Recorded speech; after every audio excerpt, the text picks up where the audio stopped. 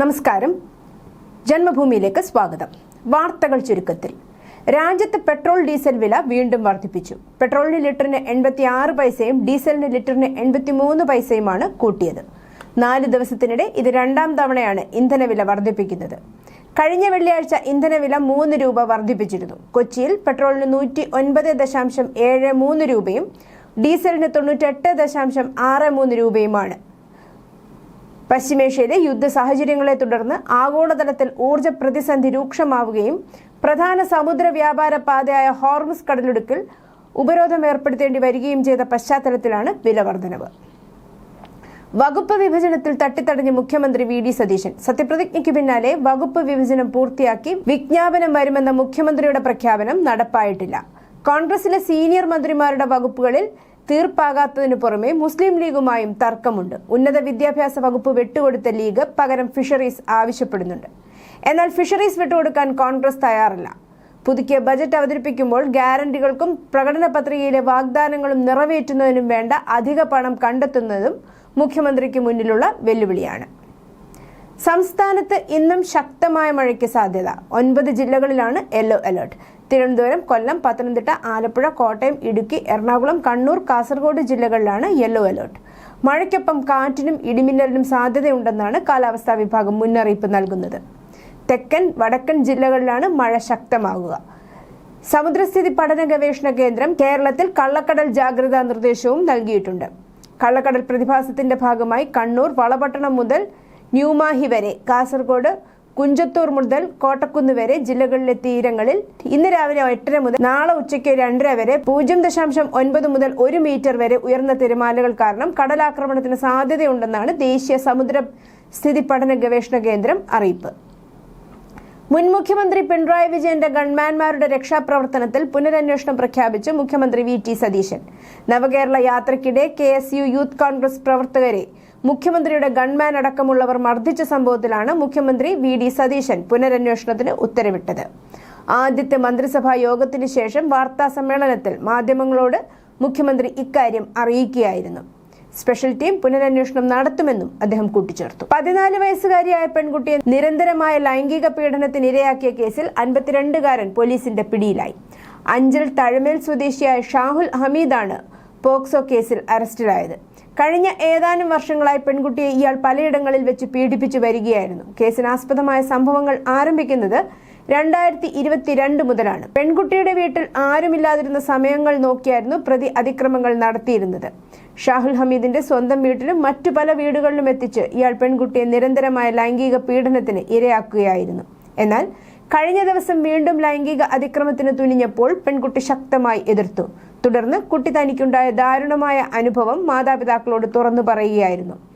മാതാപിതാക്കൾ പോലീസിൽ പരാതി നൽകിയതിനെ തുടർന്ന് പെൺകുട്ടിയുടെ മൊഴി വിശദമായി രേഖപ്പെടുത്തിയ പോലീസ് പ്രതിക്കെതിരെ പോക്സോ അടക്കമുള്ള കടുത്ത വകുപ്പുകൾ ചുമത്തി കേസ് രജിസ്റ്റർ ചെയ്തു. ഒളിവിൽ പോകാൻ ശ്രമിച്ച ഷാഹുലിനെ അഞ്ചലിൽ നിന്നും പോലീസ് സംഘം അതിവേഗം അറസ്റ്റ് ചെയ്യുകയായിരുന്നു. വിദേശത്ത് മോഡലുകളെ എത്തിച്ച് സെക്സ് റാക്കറ്റിന്റെ കെണിയിൽപ്പെടുത്തിയ കേസിൽ കൂടുതൽ അറസ്റ്റ് ഉടൻ. ഇന്നലെ അറസ്റ്റിലായ കൊച്ചിയിലെ മോഡൽ അലീനയെ പോലീസ് ചോദ്യം ചെയ്യുകയാണ്. മുംബൈയിൽ നിന്ന് പിടിയിലായ മറ്റൊരു പ്രതി സിന്ധുവിനെ ഇന്ന് കൊച്ചിയിലെത്തിക്കും. വിദേശത്തെത്തിച്ച് നിരവധി മോഡലുകൾ പീഡനത്തിനിരയായെങ്കിലും 3 പരാതികൾ മാത്രമാണ് പോലീസിന് ഇതുവരെ കിട്ടിയത്. യുവതികൾ നേരിട്ടത് ക്രൂര പീഡനമാണെന്നാണ് വിവരം. ദുബായിലെത്തി ലഹരി നൽകി പീഡിപ്പിച്ചു, ദൃശ്യങ്ങൾ പകർത്തി ഭീഷണിപ്പെടുത്തിയും പീഡനം തുടർന്നു. മുംബൈയിൽ നിന്നാണ് സിന്ധു പിടിയിലായത്. കൊച്ചിയിൽ നിന്ന് തന്നെയാണ് അലീനയെ കസ്റ്റഡിയിലെടുത്തത്. സംഭവത്തിൽ കൂടുതൽ പ്രതികൾ ഉണ്ടെന്ന നിഗമനത്തിലാണ് പോലീസ്. അലീന നേരത്തെയും ക്രിമിനൽ കേസിൽ ഉൾപ്പെട്ട പ്രതിയാണെന്നാണ് പോലീസ് അറിയിച്ചിരിക്കുന്നത്. മുഖ്യമന്ത്രി വി ഡി സതീശൻ സർക്കാരിന്റെ സത്യപ്രതിജ്ഞാ ചടങ്ങിൽ വന്ദേമാതരം പൂർണ്ണമായും ആലപിച്ചത് ചോദ്യം ചെയ്ത മുൻ മന്ത്രി മുഹമ്മദ് റിയാസിനെ വിമർശിച്ച് നിയുക്ത BJP നിയമസഭാ കക്ഷി നേതാവ് വി മുരളീധരൻ. വന്ദേമാതരം പൂർണ്ണമായും ആലപിച്ചത് ആശങ്കയുണ്ടാക്കുന്നുവെന്ന മുഹമ്മദ് റിയാസിന്റെ ഫേസ്ബുക്ക് കുറിപ്പിന് പിന്നാലെയാണ് അദ്ദേഹത്തിന്റെ പ്രതികരണം. വന്ദേമാതരത്തിന്റെ ഏത് ഭാഗമാണ് താങ്കളെ ആശങ്കപ്പെടുത്തുന്നതെന്നും ഭരണഘടനാ നിർമ്മാണ സഭ ഇന്ത്യയുടെ ദേശീയ ഗീതമായി അംഗീകരിച്ച വന്ദേമാതരം ഭരണഘടനാ വിരുദ്ധമാകുന്നത് എങ്ങനെയാണെന്നും വി മുരളീധരൻ ഫേസ്ബുക്കിലൂടെ ചോദിച്ചു. CPIM കാസർഗോഡ് ജില്ലാ സെക്രട്ടേറിയറ്റിൽ സംസ്ഥാന നേതൃത്വത്തിനെതിരെ രൂക്ഷ വിമർശനം. തമ്പ്രാക്കന്മാർ പറയും, അടിയാന്മാർ അനുസരിക്കണം എന്ന നിലപാട് തെരഞ്ഞെടുപ്പിൽ തിരിച്ചടിയുണ്ടാക്കി. ഭൂമാഫിയ സംഘങ്ങളുമായുള്ള ബന്ധമുള്ള TK മധുസൂദനെ പയ്യന്നൂരിൽ സ്ഥാനാർത്ഥിയാക്കിയത് തിരിച്ചടിയായെന്നും വിമർശനം. അതേസമയം വീഴ്ചകൾ എണ്ണിപ്പറഞ്ഞുകൊണ്ടായിരുന്നു CPIM തൃശൂർ ജില്ലാ സെക്രട്ടേറിയറ്റിന്റെ കടുത്ത വിമർശനം. UDF തരംഗത്തിൽ പിടിച്ചു നിൽക്കാനായെങ്കിലും ജില്ലയിലും ജനപിന്തുണ ഇടിഞ്ഞുവെന്ന് വിമർശനം ഉയർന്നു. ജില്ലയിൽ യുവജന സംഘടനയുടെ പ്രവർത്തനം മോശമെന്നും പൊതുച്ചോറ് വിതരണം മാത്രം നടത്തുന്ന സംഘടനയായ DYFI മാറിയെന്നും വിമർശനമുണ്ടായി. കവടിയാർ വാർഡിൽ നിന്നും മത്സരിച്ച KS ശബരിനാഥിനെ മുഖ്യമന്ത്രിയുടെ ഓഫീസിൽ ഉന്നത പദവിയിൽ നിയമിക്കുമെന്ന അഭ്യൂഹം ശക്തം. എങ്കിൽ തിരുവനന്തപുരം കോർപ്പറേഷനിലെ കവടിയാർ വാർഡിൽ ഉപതെരഞ്ഞെടുപ്പ് വരും. KS ശബരിനാഥിനെ മുഖ്യമന്ത്രിയുടെ ഓഫീസിലെ ഉന്നത പദവിയിൽ നിയമിച്ചാൽ ഇരട്ടപ്പദവി ഒഴിവാക്കാൻ കോർപ്പറേഷൻ കൗൺസിലർ സ്ഥാനം ശബരിനാഥിന് രാജിവെക്കേണ്ടതായി വരും. ഇപ്പോഴത്തെ സ്ഥിതിയിൽ BJPക്കാണ് ഏറെ വിജയസാധ്യതയുള്ളത്. കവടിയാർ പിടിക്കുന്നതോടെ തിരുവനന്തപുരം കോർപ്പറേഷനിൽ BJPക്ക് ഒറ്റയ്ക്ക് തന്നെ കേവല ഭൂരിപക്ഷമാകും. ചെറുവണ്ണൂർ കക്കറമുക്കിൽ കഴിഞ്ഞ ദിവസം രാത്രി ഓടിക്കൊണ്ടിരുന്ന കാറിന് തീപിടിച്ച് ഗർഭിണി സോന മരിച്ച സംഭവം ആസൂത്രിതമെന്ന് പോലീസ്. തീപിടുത്തത്തിന് കാരണം പെട്രോൾ എന്ന് പോലീസ് നിഗമനം. കാറിന് ഇന്ധന ചോർച്ചയില്ലെന്നും ഷോർട്ട് സർക്യൂട്ട് കാരണം തീപിടിച്ചതല്ലെന്നും ഫോറൻസിക് മോട്ടോർ എൻഫോഴ്സ്മെന്റ് വിഭാഗങ്ങളുടെ പ്രാഥമിക അന്വേഷണത്തിൽ ചൂണ്ടിക്കാട്ടിയ സാഹചര്യത്തിൽ തീ കത്താൻ ഉപയോഗിച്ച പെട്രോൾ എങ്ങനെ കാറിലെത്തിയെന്ന് കണ്ടെത്താൻ പോലീസ് അന്വേഷണം തുടങ്ങി. നടുവണ്ണൂർ റോഡിന് സമീപം കന്നാസുമായി പോകുന്ന CCTVയിൽ പതിഞ്ഞ സ്ത്രീയെ തിരിച്ചറിയാനുള്ള ശ്രമത്തിലാണ് അന്വേഷണ സംഘം. CCTVയിലെ ദൃശ്യങ്ങൾ ഇന്ന് കൂടുതൽ പരിശോധനയ്ക്ക് വിധേയമാക്കും. കാറിന്റെ പിൻഭാഗത്ത് നിന്ന് തീ പടർന്നെങ്കിലും ശബ്ദം കേട്ടതായും സംഭവ ദിവസം സ്ഥലത്തെത്തിയവർ പോലീസിനോട് പറഞ്ഞിരുന്നു. AC, radiator, wiring, engine room എന്നിവയ്ക്ക് തകരാറില്ലെന്നും മോട്ടോർ വാഹന വകുപ്പും വ്യക്തമാക്കിയിരുന്നു. സംഭവ ദിവസം ഉച്ചയ്ക്ക് 12 മുതൽ രാത്രി 7:30 വരെ സോന വാല്യക്കോട്ടുള്ള മാതൃ സഹോദരിയുടെ വീട്ടിലായിരുന്നു. ഭർത്താവ് രജിൻലാൽ കാറിൽ അവിടെ ഇറക്കിയതായും രാത്രി 7:30 വന്ന് തിരികെ കൂട്ടിയെന്നും ബന്ധുവായ യുവതിയുടെ മൊഴിയുണ്ട്. അന്ന് വൈകിട്ട് തന്റെ ഒപ്പം പേരാമ്പ്രയിൽ പോയി സാധനങ്ങൾ വാങ്ങി. താൻ ഫാൻസി ഷോപ്പിലും പലചരക്ക് കടയിലും കയറിയ സമയത്ത് സോന എവിടെ പോയെന്ന് അറിയില്ലെന്നും യുവതി പറഞ്ഞിരുന്നു. പേരാമ്പ്ര ബന്ധുവിനൊപ്പം പോയ സോന തനിച്ചെവിടെ പോയെന്നതിലും രാത്രി 7:30 ഇളയമ്മയുടെ വീട്ടിൽ നിന്നിറങ്ങിയ സോനയും രജിനും പിന്നീട് 2 മണിക്കൂറോളം എവിടെ ചെലവഴിച്ചെന്നതിലും വ്യക്തതയില്ല.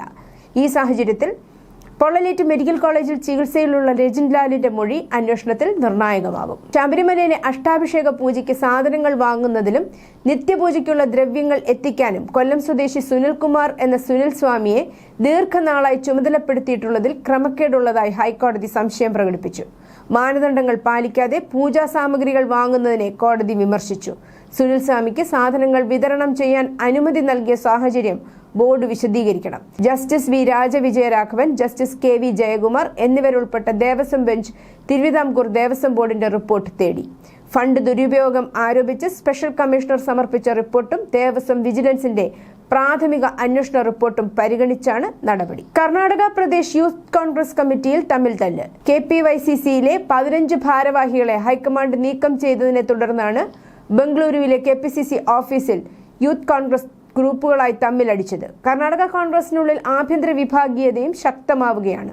നീറ്റ് പരീക്ഷയിലെ ക്രമക്കേടുകളുമായി ബന്ധപ്പെട്ട് കേന്ദ്ര സർക്കാരിനെതിരെ പ്രതിഷേധം നടത്തുന്നത് തീരുമാനിക്കാൻ ചേർന്ന യോഗമാണ് കയ്യാങ്കളിയിൽ കലാശിച്ചത്.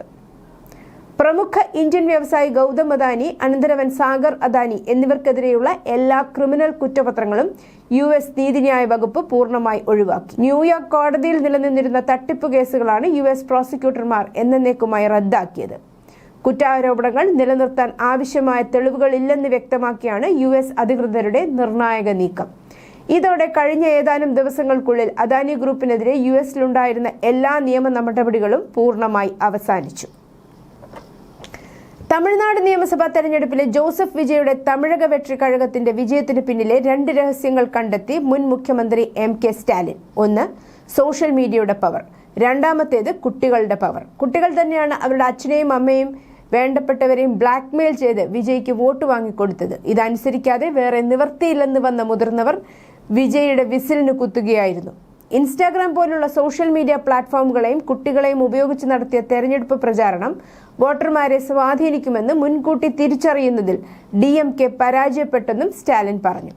അതിനിടെ കേരളത്തിൽ UDF മന്ത്രിസഭയുടെ സത്യപ്രതിജ്ഞാ ചടങ്ങിൽ പങ്കെടുക്കാൻ ക്ഷണം ലഭിച്ചിട്ടും മുഖ്യമന്ത്രി വിജയ് വിട്ടുനിന്നത് നരേന്ദ്രമോദിയെ ഭയന്ന് DMK ആണ് ആരോപണവുമായി രംഗത്തെത്തിയത്. DMK നേതാവ് TKS ഇളങ്കോവനാണ് ആരോപണം ഉയർത്തിയത്. വിജയ് അവസാന നിമിഷം യാത്ര റദ്ദാക്കിയെന്നും മോദിയെ ഈ മാസം 22-ന് അദ്ദേഹം കാണുമെന്നുമാണ് റിപ്പോർട്ടുകൾ. അതിനു മുമ്പ് രാഹുൽ ഗാന്ധിക്കൊപ്പം വേദി പങ്കിടുന്നത് അപകടമാകുമെന്ന് വിജയ്ക്ക് തോന്നിയതിനാലാണ് സത്യപ്രതിജ്ഞാ ചടങ്ങിൽ നിന്ന് വിട്ടുനിന്നതെന്നാണ് ഇളങ്കോവൽ പറയുന്നത്. 33-കാരിയായ ടുഷ ശർമ്മയുടെ മരണവുമായി ബന്ധപ്പെട്ട് നടന്നുകൊണ്ടിരിക്കുന്ന അന്വേഷണത്തിൽ ഒരു പ്രധാന വഴിത്തിരിവായി അവരുടെ ഭർത്തൃ വീട്ടിൽ നിന്ന് എക്സ്ക്ലൂസീവ് CCTV ദൃശ്യങ്ങൾ പുറത്തുവന്നു. ടുഷ ശർമ്മ റെസിഡൻഷ്യൽ കെട്ടിടത്തിന്റെ ടെറസിലേക്ക് പടികൾ കയറി ഒറ്റയ്ക്ക് നടക്കുന്നത് വീഡിയോയിലുണ്ട്. അടുത്ത കുറച്ച് ഫ്രെയിമുകളിൽ ഭർത്താവ് അഭിഭാഷകൻ സമർത്ഥ് സിംഗ് മറ്റു 2 വ്യക്തികളോടൊപ്പം അവളെ അതേ പടിക്കെട്ടിലൂടെ തിരികെ കൊണ്ടുപോകുന്നത് കാണിക്കുന്നു. പ്രതികരിക്കാത്ത ടുഷയ്ക്ക് CPR നൽകുന്ന പടികളിൽ നിൽക്കുന്ന വ്യക്തികളെ ക്യാമറയിൽ പകർത്തിയിട്ടുണ്ട്. പടികളിൽ നിന്ന് അവളെ പുനരുജ്ജീവിപ്പിക്കാനുള്ള ഈ അടിയന്തര ശ്രമങ്ങൾ ദൃശ്യങ്ങളിൽ രേഖപ്പെടുത്തിയിട്ടുണ്ട്. തുടർന്ന് അവളെ പരിസരത്ത് നിന്ന് മാറ്റി അടുത്തുള്ള ആശുപത്രിയിലേക്ക് കൊണ്ടുപോയി. അവിടെ എത്തിയപ്പോഴേക്കും ഡോക്ടർമാർ അവർ മരിച്ചതായി പ്രഖ്യാപിച്ചു. വിശദമായ ഫോറൻസിക് വിശകലനത്തിനായി ഭോപ്പാൽ പോലീസ് രൂപീകരിച്ച പ്രത്യേക അന്വേഷണ സംഘം ദൃശ്യങ്ങൾ അടങ്ങിയ ഡിജിറ്റൽ വീഡിയോ റെക്കോർഡർ പിടിച്ചെടുത്തു. കാശ്മീരിലെ വരെ കല്ലേറ് നിർത്തിയെങ്കിൽ ഇനി ബംഗാളിലെ കല്ലേറും നിർത്താൻ അറിയാമെന്ന് BJP മുഖ്യമന്ത്രി സുവേന്ദു അധികാരി.